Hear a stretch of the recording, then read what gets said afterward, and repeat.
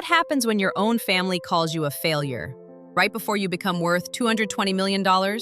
This story will blow your mind. Picture this. You're sitting at a fancy dinner table, surrounded by family members who've spent your entire life telling you you're not good enough. They're about to officially cut you off from the family money. When your phone rings, and the voice on the other end, it's about to change everything. That's exactly what happened to one woman whose journey from family outcast to tech mogul will leave you questioning everything you think you know about success and family loyalty. Meet Sarah, 32 years old, grew up in one of those picture-perfect wealthy families you see in movies. You know the type: massive mansion, iron gates, cocktail parties filled with powerful people. From the outside, they had it all. But behind closed doors, Sarah was treated like the family's biggest mistake. Her father was this big-shot investment guy in New York, 30 years of building wealth and connections, creating what he called his empire. But here's the thing about her dad. He didn't believe in encouragement or gentle parenting. To him, kids were like stocks. You invest in them, and they better give you returns. Her mother, former writer who gave up everything to become the perfect socialite wife.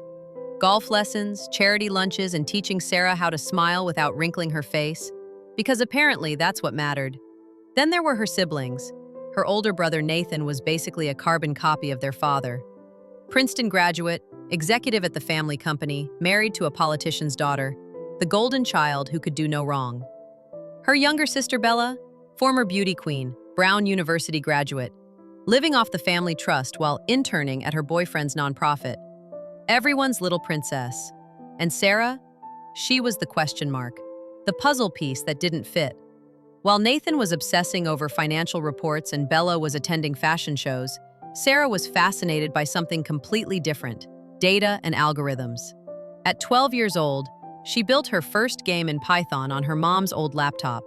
While other girls were trying on prom dresses, she was at MIT Tech Camp. But did her family care? Not even a little bit. Her father once caught her coding at 2 a.m. and said, "That computer stuff is for boys who aren't tough enough for real sports." Her mother would sigh and say, "Sitting at a screen all day will ruin your posture. What kind of husband wants a girl with glasses glued to a monitor?" Can you imagine? Your own parents crushing your dreams before they even had a chance to grow. The breaking point came at high school graduation. Sarah had the highest math score in the entire state. That's huge, right? Well, her parents didn't even show up. They were at some fancy fundraiser in Palm Beach instead. Her brother got honored at a New York gala for writing an article, Real Estate. Sarah? She got a partial scholarship to Caltech. Her mother's reaction? Engineering? What kind of husband does a girl in engineering expect to find? They wanted her to study economics, get an MBA, and marry someone appropriate. Meaning rich, Ivy League, and probably allergic to anything involving technology. Sarah said no. She chose computer science, and she paid for that choice every single day with disappointed looks and passive-aggressive comments. She tried so hard to prove herself. She sent research papers. Nobody opened the emails. She invited them to her thesis defense. Her mom said it clashed with her spa trip. Her brother laughed and said, "Still trying to find your path? Hope you don't lose the map." Eventually, Sarah stopped sharing. Her family assumed she was doing some low-level tech support job, maybe organizing data for cheap phone apps. She let them believe it. She even let her father think she was renting a tiny studio in Brooklyn when she'd actually bought a penthouse in Chelsea with money from her first round of startup funding. But here's where the story gets interesting. Sarah got into MIT at 17, despite her parents pushing for business school. The day her acceptance letter came, she screamed with joy in her room. Her mother called from downstairs. "What's all that noise? Your sister's practicing her dance routine. No celebration, no congratulations, just nothing."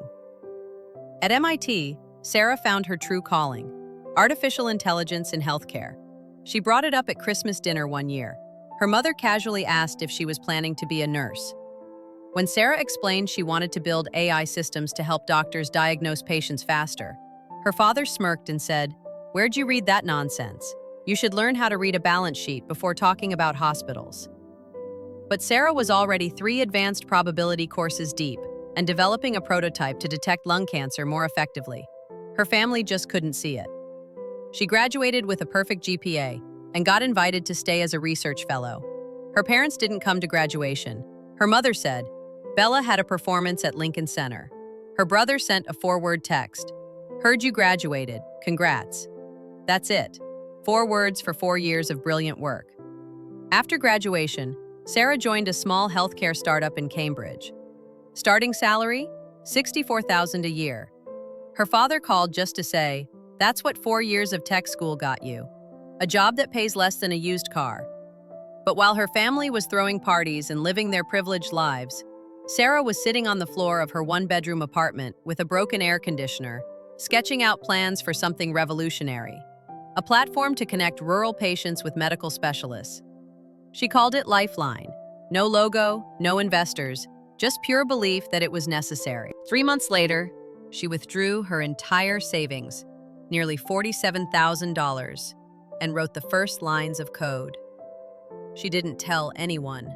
She still drove her beat-up car to family events, wore clearance dresses, and absorbed all the condescending comments. "Sarah looks fine, doesn't she?" Still trying to find her path. Little did they know, she was preparing to pitch to major Boston hospitals. She renamed the platform PulseLink. Simple name, but it carried a heartbeat. Just like her quiet but determined spirit. With what little money she had left, Sarah hired a part-time software engineer, a UI designer fresh out of college, and rented a small room in an old medical supply warehouse. Cheap desks, thunderously loud air conditioning, and sushi once a week if she could find a discount coupon. Some nights, the whole team worked under dim lights, drinking watered-down coffee. Sarah once cleaned the shared bathroom herself because they couldn't afford cleaning services. But she'd never felt more alive.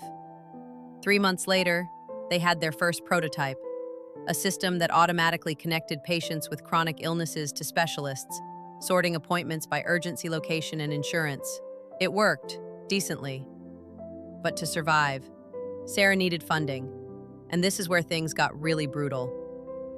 First investor meeting, glass-walled office in Back Bay. The fund manager, some guy in his 50s, looked at her over his gold-rimmed glasses and asked, "Don't you have a male co-founder? Health tech startups usually need someone with practical experience." Sarah replied, "You mean a man?" He chuckled. She walked out with her heart stinging from the cold, but she didn't break. She kept going. Pitch number 2, number 3, then number 19. One person said she should join another startup to gain experience. Another suggested she become CTO and let someone else be CEO. Sarah didn't say no directly. She just didn't accept stepping backward. The turning point came at a medical conference in Providence. Sarah didn't have a big booth, just a self-printed poster and their shared laptop. While explaining the symptom analysis algorithm to medical students, she noticed a woman standing quietly in the back. After the crowd left, the woman stepped forward. "Did you write this?" Sarah nodded. "I'm Grace Keller. I used to run a private hospital chain. Now I invest in independent healthcare initiatives." A week later, they met at a small cafe. Sarah laid out everything: the model, the data, operating costs, ROI projections, even the risks she hadn't fully calculated yet. Grace didn't interrupt, didn't ask about Sarah's gender or background. She simply asked, "If I invest, what's the first thing you'll do?" "Hire a HIPAA compliance expert," Sarah answered immediately. "I want to make sure this platform meets all medical data privacy regulations before we scale up." Grace smiled. "I'll put in $150,000. Are you ready for pressure?" Sarah had knocked on 36 doors and been rejected 36 times. She was ready. From that moment, PulseLink had a real heartbeat. Sarah hired more developers, a clinical coordinator, and moved to a proper office near MIT. Sunlight, an elevator, and a whiteboard big enough for their year-end strategy. When St. Matthew Hospital in Philadelphia signed their first pilot contract, Sarah didn't tell anyone. But that night, when the system recorded its first successful match, a Parkinson's patient connected to a neurologist 300 miles away in just 32 minutes, she cried at her desk. No noise, no drama, just tears dripping onto her keyboard as she typed the next line of code. The 6-week pilot results were stunning. Wait times for specialist appointments dropped by 61%. Missed appointments were cut in half. Patient satisfaction scores exceeded state averages. Word traveled fast. Within a month, hospitals in Texas and Oregon wanted to collaborate. When the system reached 50,000 successful matches, Grace called Sarah to her private office. On the table was a stack of documents. "Sarah, it's time for a Series A round. The number? $6.2 million. Enough to hire a research team, expand the tech department, and upgrade security to meet federal standards." After pitching to nearly 30 investment funds, Sarah closed the Series A with 2 major firms. Total raised $7.5 million. She signed the deal the same day her family threw her father's 60th birthday party. And this is where everything comes full circle. Sarah showed up to the party wearing a plain black suit. Same crowded room, same French wine, same hollow conversations about stocks and real estate. When she walked in, nobody turned. Her brother glanced over his shoulder, then went back to his conversation. Her father patted her lightly on the shoulder like he was testing the weight of her coat. Her mother said, "Finally, just be careful not to step on the new rug." Sarah looked at her and replied, "I signed a $7 million investment deal for my company this afternoon. My shoes may be worth less than your rug, but I think the value I carry is enough to walk wherever I choose." Silence. Complete silence. Sarah returned to the office at 11 p.m. The lights were still on. Her development team was running stress tests on their upcoming update. She bought pizza, made coffee, and joined them. They worked until 3 a.m. 2 months later, they moved to a new office in Kendall Square. 4 floors, glass walls, whiteboards everywhere, an automatic espresso machine. And for the first time in her life, Sarah had a private office with a door. That's when major tech publications put them on their front pages. Sarah was invited to speak at national conferences. Harvard Business Review wanted an interview. She was added to the 30 under 30 list in health tech, but she declined most public appearances. The work wasn't done. The product had to actually save lives. By spring, they were preparing for their IPO. Goldman Sachs wanted to lead it. Initial valuation, $140 million. Sarah leaned back in her chair, still holding her lukewarm tea. For a split second, she thought of that old apartment, the jammed printer, and that first winter night at MIT when she swore to herself, "One day, they won't be able to ignore me." The next family dinner was where everything exploded.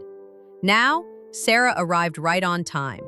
Bella descended the staircase in a sapphire silk dress. Nathan stood by the fireplace with whiskey, chatting about some land investment. Sarah wore a tailored black jumpsuit. Nothing flashy, hair in a low bun. Nobody asked how she was doing. Nobody asked about PulseLink. They just assumed she was still doing some tech thing.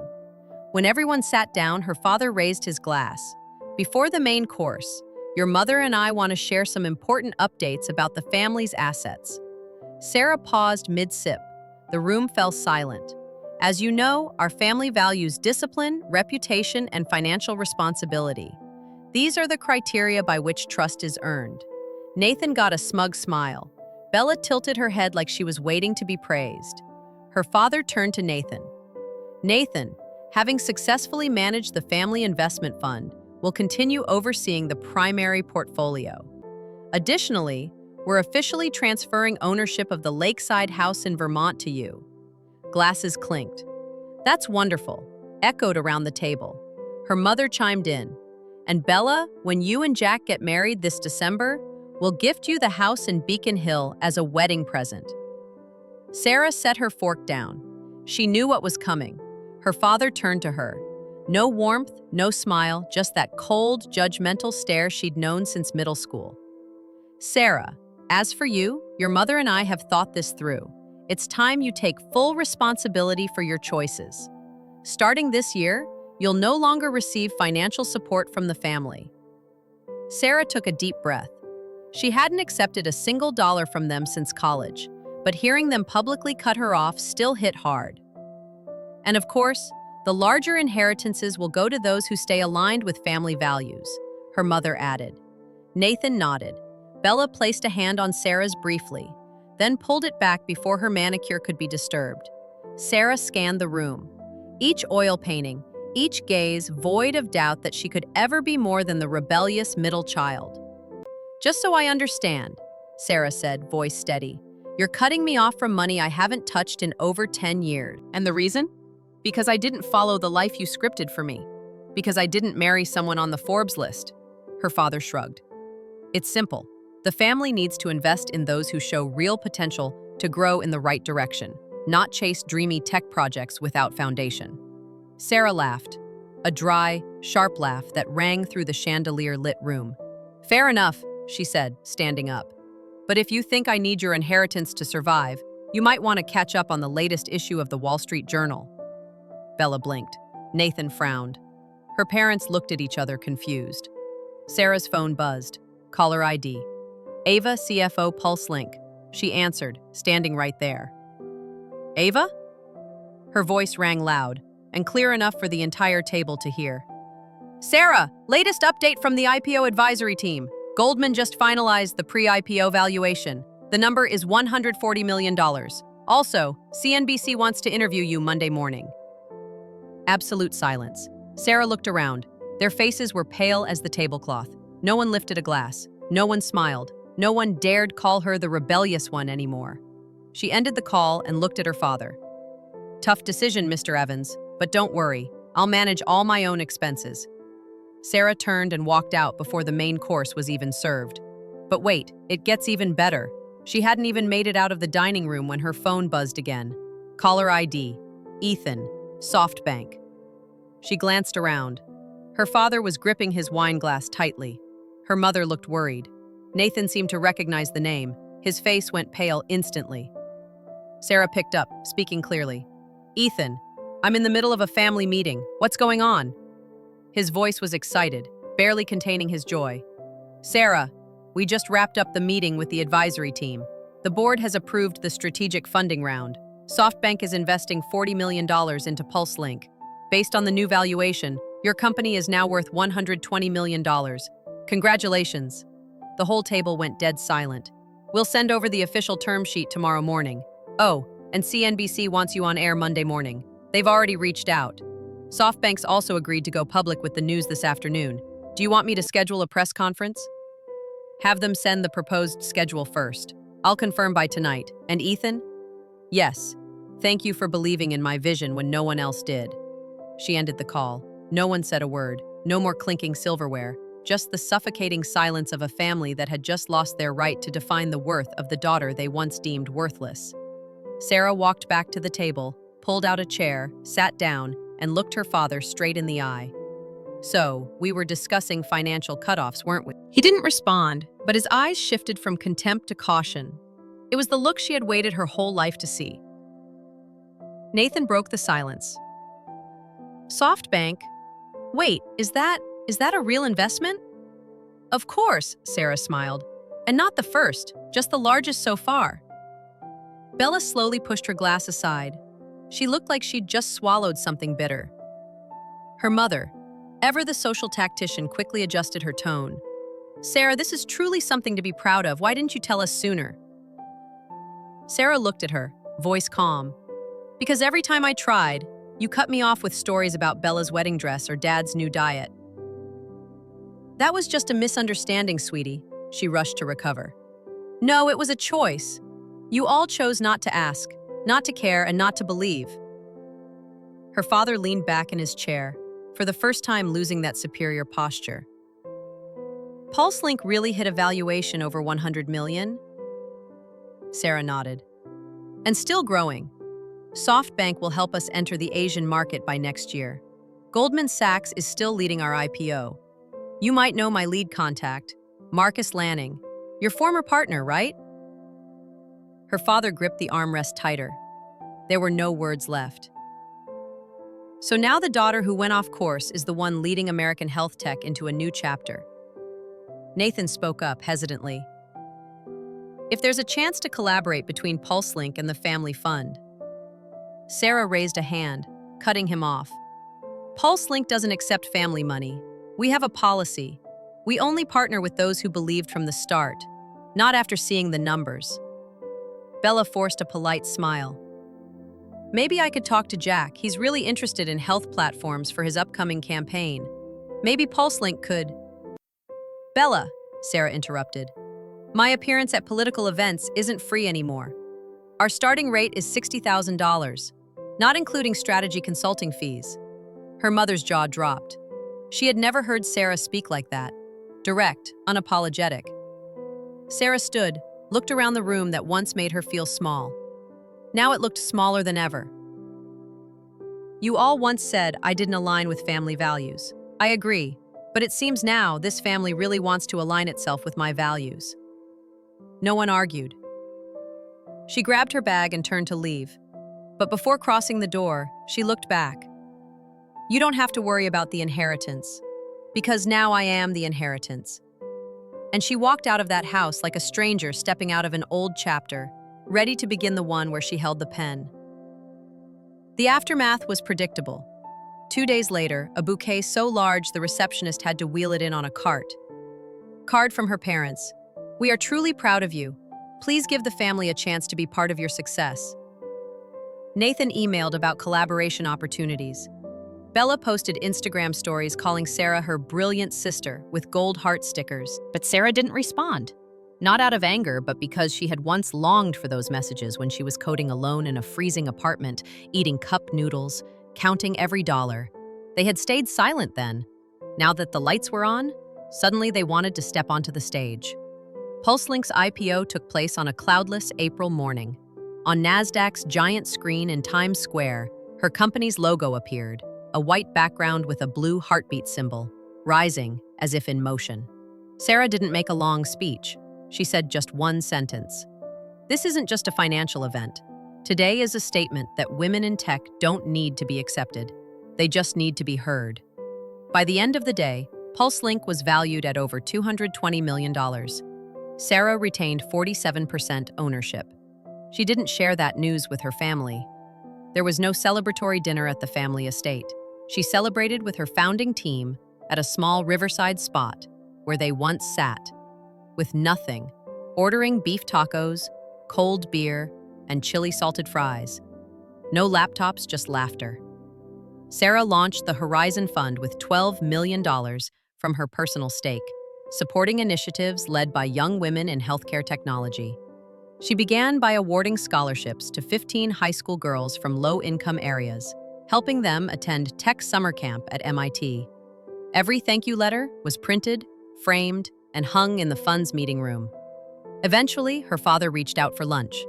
Not at his usual fancy restaurant, but at a small cafe she chose. He arrived late, still in his gray suit, but without a tie for the first time. I was wrong, he said over coffee. Sarah nodded. I know. Are you okay hearing that? She smiled. I'm okay because I don't need to hear it anymore. I've come far enough that I no longer need approval from my parents. He placed a small box on the table. It's your grandfather's watch. I think you should have it. She didn't touch it, but she didn't reject it either. After that, he started sending books about medical technology and pioneering women in the field. No notes attached. Sarah read every one. The relationship with her family became distant, but not hostile. She didn't attend Bella's second wedding, but sent white orchids. She didn't take Nathan's calls, but congratulated him when his wife gave birth to their first daughter. At a charity fundraiser sponsored by PulseLink, her mother approached her on the balcony. I don't fully understand what you do, but I know I was wrong for a very long time. Sarah looked down at her hands, the same ones that once trembled when scolded for standing incorrectly. Now they held a company and herself. I forgive you, but I won't return to being the old daughter. I'll keep living on my terms. Her mother nodded. Maybe for the first time she truly understood what that meant. That night, Sarah received an email from a 17-year-old girl in Maine. I want to be like you. Not because you're successful, but because you walked alone and came back so others wouldn't have to. She read it again and again, thinking there was no greater recognition than that. Not from family, but from someone who once stood exactly where she had stood, on the very path she had built herself. Sarah's story proves that true success doesn't come from family approval or social validation, but from the unwavering courage to follow your own path. She didn't just build a company. She redefined what it means to hold value, set boundaries, and live life on her own terms. What do you think about Sarah's choices? Would you have done the same in her shoes? Drop your thoughts in the comments below. And if this story inspired you even a little bit, hit that like button and subscribe for more incredible stories about breaking free from expectations and creating your own definition of success. Because sometimes, the best revenge is simply becoming everything they said you'd never be.